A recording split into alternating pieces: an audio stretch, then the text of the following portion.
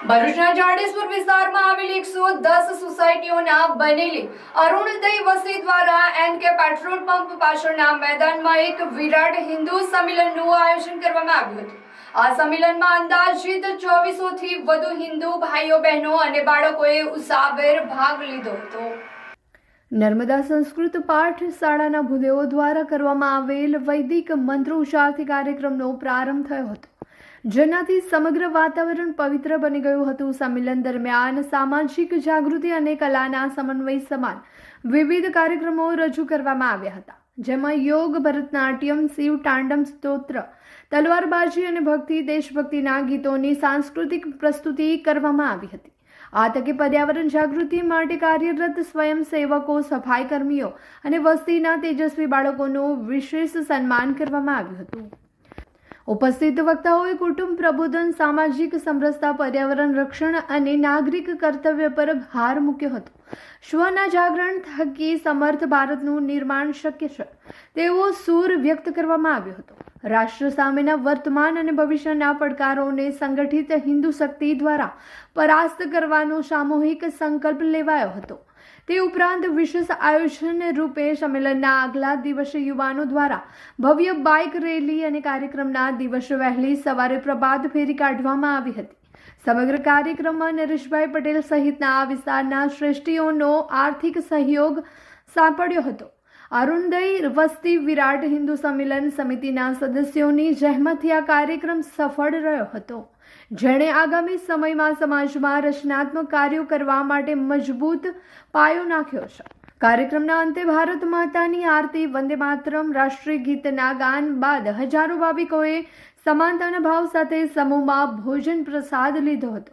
આ પ્રસંગે BAPS સ્વામિનારાયણ સંસ્થાના અનિર્દેશ સ્વામી, બ્રહ્મકુમારી સંસ્થાના આગેવાનો, યોગ બોર્ડના કાર્યકર્તાઓ તેમજ સેવા યજ્ઞ સમિતિના શ્રી સોનલબેન ત્રિવેદી જેવા સંતો અને મહાનુભાવોની ગરિમામય ઉપસ્થિતિ રહી હતી।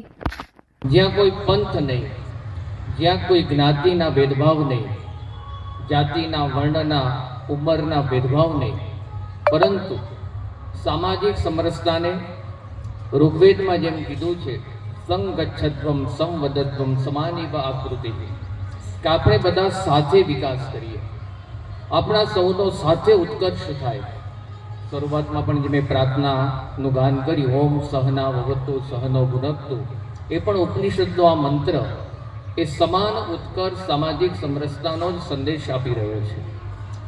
શ્રી કૃષ્ણ ભગવાને ગીતાની અંદર પણ સમજાવ્યું કે પંડિતઃ સમદર્શિનઃ વિદ્યા વિનય સંપન્ને બ્રાહ્મણે ગવિ હસ્તિની સુનીચ સ્વપાકે જ પંડિતઃ સમદર્શિનઃ। શ્રી કૃષ્ણ ભગવાને જેવા આદર્શ મહાપુરુષો છે, જેને પંડિતાઈ, વિદ્વાનનું બિરુદ લાગે છે, એનું પ્રથમ લક્ષણ શું છે? સમદર્શિનઃ। સંગઠિત સમાજ થકી રચનાત્મક કાર્યોના નિર્માણ અને સમાજ સામે, રાષ્ટ્ર સામે આવનાર ચુનૌતીઓના સંગઠિત સર્જન શક્તિના માધ્યમથી નિવારણ કરવા અને સમર્થ ભારતના નિર્માણ અર્થે આ સંમેલનનું આયોજન કરેલ છે, જેના વિસ્તારમાંથી મોટી સંખ્યામાં ભાઈઓ બહેનો ઉપસ્થિત રહી અને સમૂહ ચિંતન, સાંસ્કૃતિક કાર્યક્રમો, હિન્દુ જીવન પદ્ધતિના કાર્યો વિશે સમૂહ ચર્ચા ચિંતન કર્યું છે। આજે આ આયોજનના ભાગરૂપે અમે 21 તારીખના રોજ સાંજે 5 વાગે સ્વામિનારાયણ મંદિરના ગેટથી દરેક વિસ્તારને, દરેક સોસાયટી, આ વિસ્તારની અરુણોદય વસ્તીની દરેક સોસાયટીના આંતરીને દરેક સોસાયટીમાં બાઇક રેલીનું આયોજન કરી અને લોકોને અમે જાણ કરી અને આજે બધા ભેગા થઈ અને આ સારા પ્રોગ્રામનું અમે આયોજન કરેલ હતું। નમસ્કાર। ભરૂચ શહેરમાં સર્વશ્રેષ્ઠ શિક્ષણ આપતી સંસ્થા એટલે કે પ્રાર્થના વિદ્યાલય, જેમાં બાળકોને શિસ્ત, સંસ્કાર અને શિક્ષણ દ્વારા બાળકોનું શ્રેષ્ઠ કારકિર્દીનું ઘડતર, નિષ્ણાત શિક્ષકો દ્વારા અધ્યાપન, ટેસ્ટ દ્વારા બાળકોનું મૂલ્યાંકન, સતત વાલીશ્રીઓનો સંપર્ક, અત્યાધુનિક લેબ, રમતગમત માટે વિશાળ મેદાન, વિશેષ દિન ઉજવણી, ઇતર પ્રવૃત્તિઓ, ભાર વિનાનું ભણતર, વાસ્તવિક જીવન આધારિત વાલીશ્રીઓ માટે શિક્ષણ, રમતગમતને વિશેષ પ્રોત્સાહન આપવા સ્પોર્ટ્સ ટીમ સાથે ટાઈઅપ, 11ના દિવસે સંસ્કાર સાથે સિંચનનો કાર્યક્રમ તો ખરો જ। અને હા, આ વર્ષે પ્રાર્થના વિદ્યાલય વાલીશ્રીઓ માટે વિશેષતા બહાર પાડે છે। આપ એક વિદ્યાર્થીનો પ્રવેશ લાવો છો તો આપના બાળકની 25% શૈક્ષણિક ફી માફ રહેશે, અને જો આપ 2 વિદ્યાર્થીઓના પ્રવેશ લાવો છો તો આપના બાળકની 100% શૈક્ષણિક ફી માફ રહેશે। આ યોજનાનો લાભ શિશુ 1 થી ધોરણ 10 સુધીના વિદ્યાર્થીઓ માટે રહેશે.